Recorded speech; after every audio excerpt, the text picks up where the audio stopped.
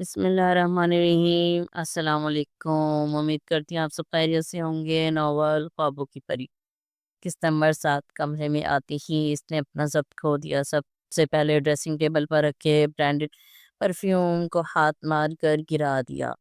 تب اس سے بھی غصہ کم نہ ہوا تو ٹیبل پر رکھا واز اٹھا کر ڈریسنگ کے شیشے پر مارا۔ ایک چھن سے شیشہ ٹوٹ کر نیچے بکھر گیا۔ اس کے بعد کمرے کی ساری چیزیں ایک ایک کر کے توڑنے کے وہ تھک کے نیچے زمین پر بیٹھ گیا۔ بیڈ سے ٹیک لگا کر کے یکدم موبائل کی آواز نے کمرے کی خاموشی میں ارتعاش سا پیدا کر دیا۔ پہلے تو اس کا جی چاہا کہ فون نہ اٹھائے، پر کچھ سوچ کر اس نے اٹھا لیا۔ پھر دوسری طرف اس کا دوست سجاول تھا، جو ایک عیاش وڈیرا تھا۔ دنیا کی ہر برائی موجود تھی اس میں۔ سجاول جیسے شخص کے ساتھ رہ کر بھی وہ داور ہر قسم کی برائی سے دور تھا۔ آج محفل رکھی تھی، سارے دوستوں نے ڈیرے پر داور کے رشتہ ہونے کی خوشی میں۔ سجاول بولا۔ داور بھاری آواز میں گویا ہوا، خیریت داور، آج ڈیرے پر نہیں آئے تم؟ ہاں بس وہ کچھ طبیعت اچھی نہیں تھی یار۔ یہاں ہم تیرے رشتے کی خوشی میں محفل جمائے بیٹھے ہیں اور تو طبیعت خراب کر کے بیٹھا ہے۔ بس ویسے ہی طبیعت کچھ عجیب ہو رہی ہے۔ خیر ہے نا؟ کون سا روگ لگ گیا ہے میرے یار کو؟ ہمیں پتا چلے تو کچھ علاج کریں ہم۔ سجاول، تیرے یار کی اس روگ کا کوئی علاج نہیں، بھابھی کی طرف سے انکار ہو گیا ہے۔ وہ بھی اس کا دوست تھا۔ فوراً داور کی نبض پکڑ لی۔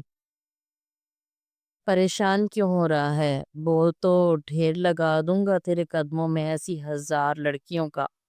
نہیں سجاول، مجھے چاہ نہیں ہے ہزاروں لڑکیوں کی۔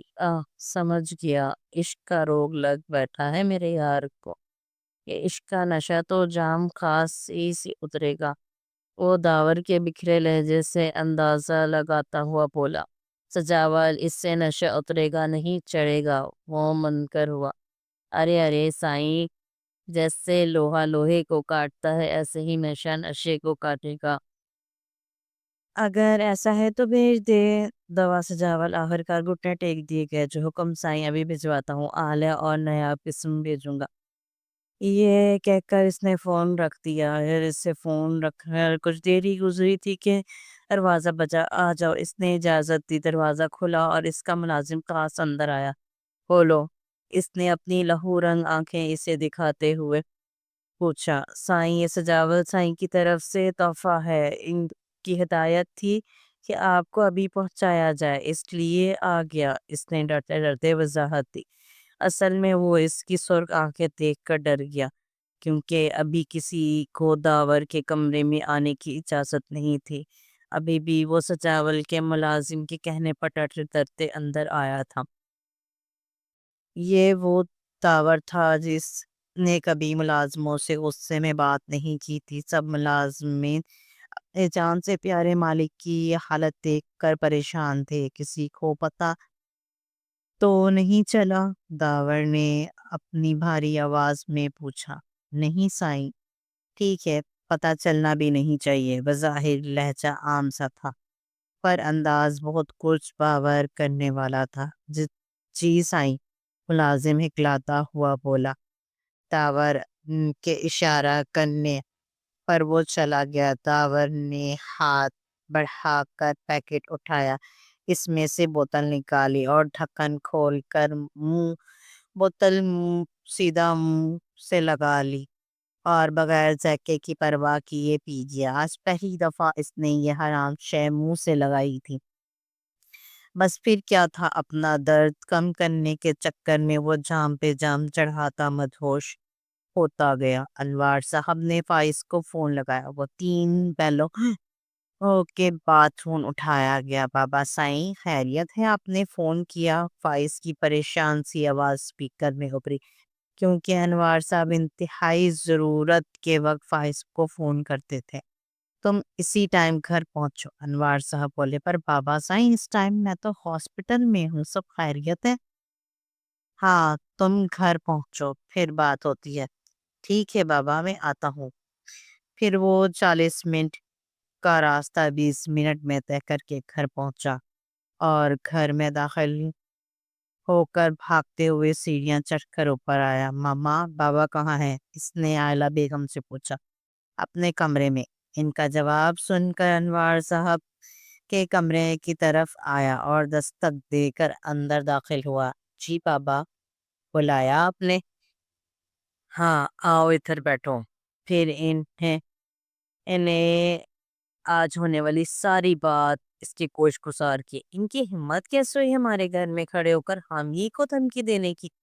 چھوڑوں گا نہیں میں انہیں۔ اور زاور اس نے مجھے بتایا بھی نہیں۔ اتنی بڑی بات ہو گئی۔ فائز ساری بات سن کر ایک دم غصے میں آ گیا۔ فائز یہ ٹائم جوش سے نہیں ہوش سے کام لینے کا ہے، اس لیے ہم نے طے کیا ہے کہ ہم تمہارا اور زوہا کا نکاح کروا دیں۔ بولو تمہیں منظور ہے؟ میرا اور زوہا کا نکاح؟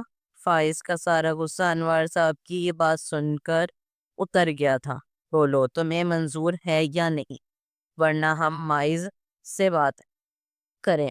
نہیں نہیں میں راضی ہوں، فائز جلدی سے بولا۔ فائز کی جلد بازی دیکھ کر ان کے چہرے پر مسکراہٹ آ گئی، جسے وہ رخ موڑ کر چھپا گئے اور مطمئن انداز میں گویا ہے ٹھیک ہے اب تم جاؤ۔ انوار صاحب اور اظہار صاحب دونوں اس وقت زوہا کے کمرے میں اس سے بات کرنے کے لیے موجود تھے۔ زوہا بیٹا ہم جو تم سے بات کرنی ہے جا رہے ہیں وہ غور سے سننا، مجھے یقین ہے تم میرا مان رکھو گے۔ اظہار صاحب کے اس انداز پر زوہا کا دل یکدم بہت زور سے دھڑکا، پر وہ خود کو کمپوز کرتی ہوئی بولی بابا آپ کو جو بات کرنی ہے کھل کر کریں۔ بیٹا جس طرح کے حالات ہیں اس کو مد نظر رکھتے ہوئے ہم نے ایک فیصلہ لیا ہے کہ تمہارا اور فائز کا نکاح کر دیا جائے۔ پر بابا میں ابھی پڑھنا چاہتی ہوں۔ ابھی صرف نکاح ہوگا، رخصتی نہیں، اور تمہاری پڑھائی پر کوئی پابندی نہیں ہوگی، اس بات کی میں ضمانت دیتا ہوں۔ جواب انوار صاحب کی جانب سے آیا۔ پر بڑے بابا کیا نکاح کرنا ضروری ہے؟ بیٹا حالات کا تقاضا ہی یہی ہے۔ ٹھیک ہے پھر جیسا آپ کو صحیح لگے۔ اس کی بات پر خوش ہو کر دونوں نے باری باری سے گلے لگا لیا۔ اظہار صاحب بولے مجھے پتا تھا میری بیٹی میری بات سے اختلاف نہیں کر سکتی۔ جاری ہے، امید کرتی ہوں میرا ناول آپ کو پسند آ رہا ہوگا۔ میرے چینل کو لائک، سبسکرائب اور شیئر ضرور کریں۔